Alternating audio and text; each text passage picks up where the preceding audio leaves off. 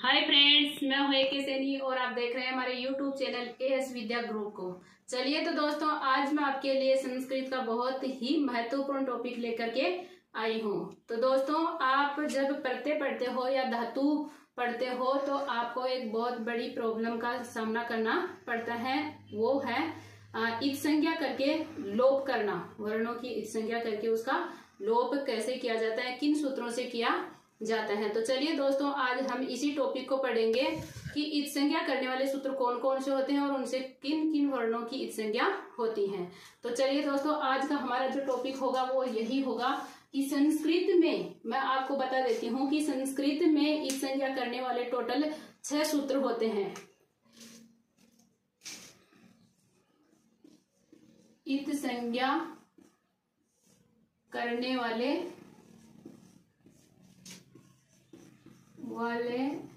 6 सूत्र, इच संज्ञा करने वाले 6 सूत्र कौन कौन से हैं, मैं प्रत्येक सूत्र को आज आपको अच्छे से खोल करके पद विच्छेद करके और उसका अर्थ बताने जा रही हूँ। देखिए, पहला जो सूत्र होता है इच संज्ञा करने वाला, वो सूत्र होता है उपदेशे अज अनुनासिक इत। उपदेशे अजनुनासिक, उपदेशे अजनुनासिक इत। बहुत ही इम्पोर्टेंट है, बहुत ही महत्वपूर्ण सूत्र है। ये जो भी व्याकरण पढ़ते हैं उनको इनका ज्ञान होना परम आवश्यक होता है। चलिए तो दोस्तों, सबसे पहले हमें क्या करना होगा, इस सूत्र का पद विच्छेद करना होगा। तभी किसी भी सूत्र का पद विच्छेद किए बिना हम उसका अर्थ नहीं जान सकते हैं। तो देखिए, उपदेशे, सबसे पहले हम इसको यहां से बीच में तोड़ देंगे। उपदेशे, इसके आगे क्या है, ये जो है अच बन जाएगा अ, और ज का क्या बन जाएगा च, अच, और अनुनासिक रस आगे है इत।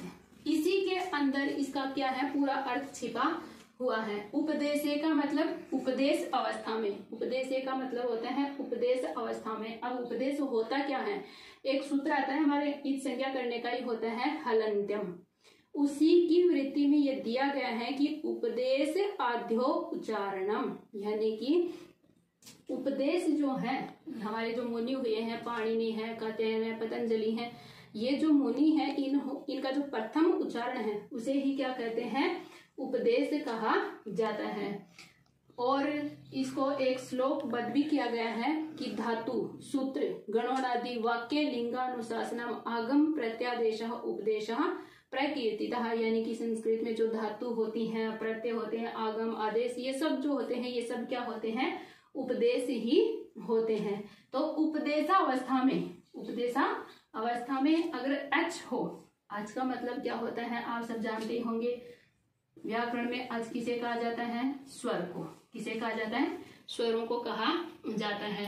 तो उपदेशावस्था में अगर स्वर हो और उपदेश अवस्था में ही क्या हो, कोई भी अनुनासिक वर्ण हो, क्या हो, कोई भी अनुनासिक वर्ण हो, तो उसकी भी इच संज्ञा किससे हो जाएगी, इत यानी इच संज्ञा हो जाएगी। किससे हो जाएगी, उपदेश अवस्था में स्वर हो या अनुनासिक हो तो इन वर्णों की इच संज्ञा किससे हो जाएगी, इस सूत्र से हो जाएगी। उपदेशे अज अनुनासिक इत, इस सूत्र से हो जाएगी। और आप सबको पता होगा कि जिन भी वर्णों की इच संज्ञा होती है उनका तस्य लोप है सूत्र से क्या हो जाता है, लोप हो जाता है।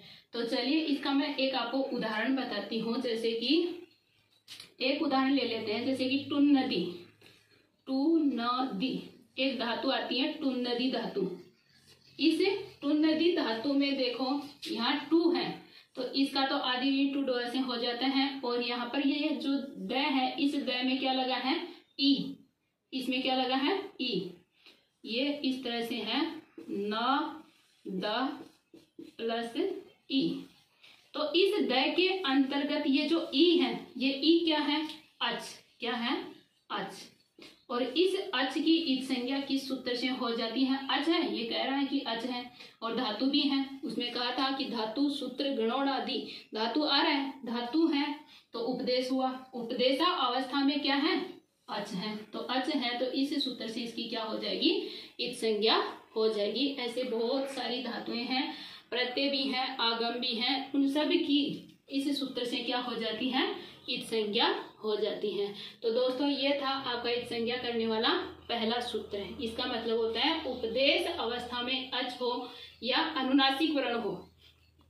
अनुनासिक वर्ण तो आप जानते होंगे, य म ङ न, तो ये जितने भी होते हैं ये अनुनासिक वर्ण होते हैं, यानी कि पंचम अक्षर जो होता है वो क्या होता है? अनुनासिक होता है। उनकी इत संज्ञा भी किससे होती है? उपदेश अज अनुनासिक सूत्र से होती है। तो चलिए दोस्तों दूसरा देखते हैं। दूसरा जो सूत्र होता है वो होता है आदिर ही टू डवह। आदिर ही टू डवह, आदिर ही टू डवह, ये इसका सेकंड सूत्र है। इसको भी आप क्या करोगे?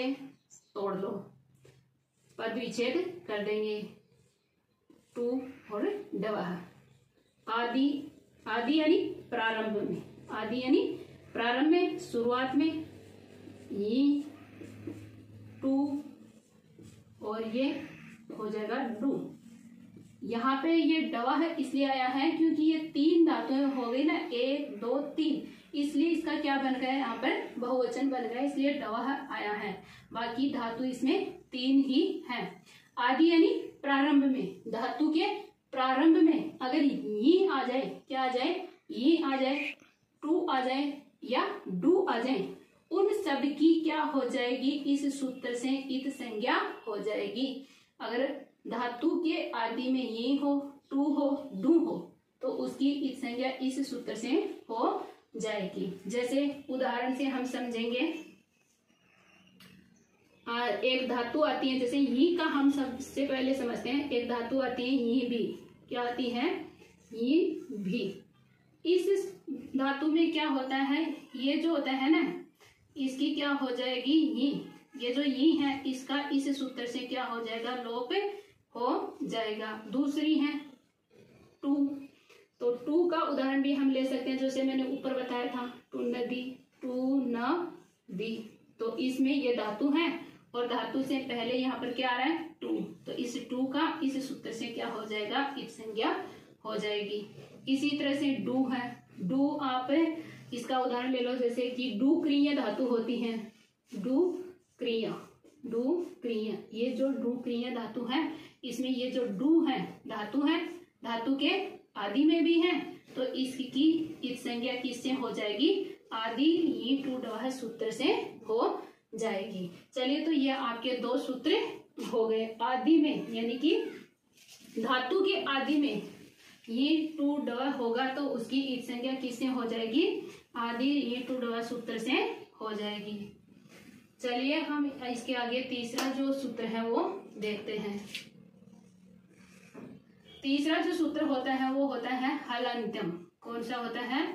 हलंत्यम। इसका भी हम पद विच्छेद कर लेंगे। इसका पद विच्छेद करेंगे तो ये होगा हल धन अंत्यम, हल धन अंत्यम। हल का मतलब सब जानते हैं, व्याकरण में हल का मतलब होता है व्यंजन। क्या होता है? व्यंजन। और अंत्यम यानी अंत में, अंत्यम यानी अंत में। अगर किसी भी धातु प्रत्यय के अंत में क्या हो? व्यंजन हो, कोई भी व्यंजन हो या हल हो, तो उसकी इत संज्ञा किस सूत्र से हो जाएगी? हलंत्यम सूत्र से हो जाएगी। जैसे आप कोई सा भी एक उदाहरण ले लो, जैसे तिप तस झी है प्रत्यय अपने, तिप तस, ये जो प्रत्यय हैं या सुप वाले हैं, सुप, इनमें जो अंत में हल है, क्या कहा इसने?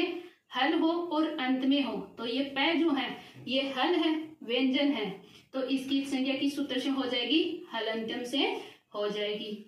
और ये जो तस प्रत्यय है इसमें भी ये स है, ये क्या है? हल है और अंत में है, इसलिए इसकी भी इत संज्ञा किससे हो जाएगी, हलंत्यम सूत्र से हो जाएगी। यहाँ पे ये दिया गया है सुप प्रत्यय, इसमें जो प है ये प भी क्या है, हल है और अंत में भी है, तो इसकी संज्ञा भी किससे हो जाएगी, हलंत्यम सूत्र से हो जाएगी।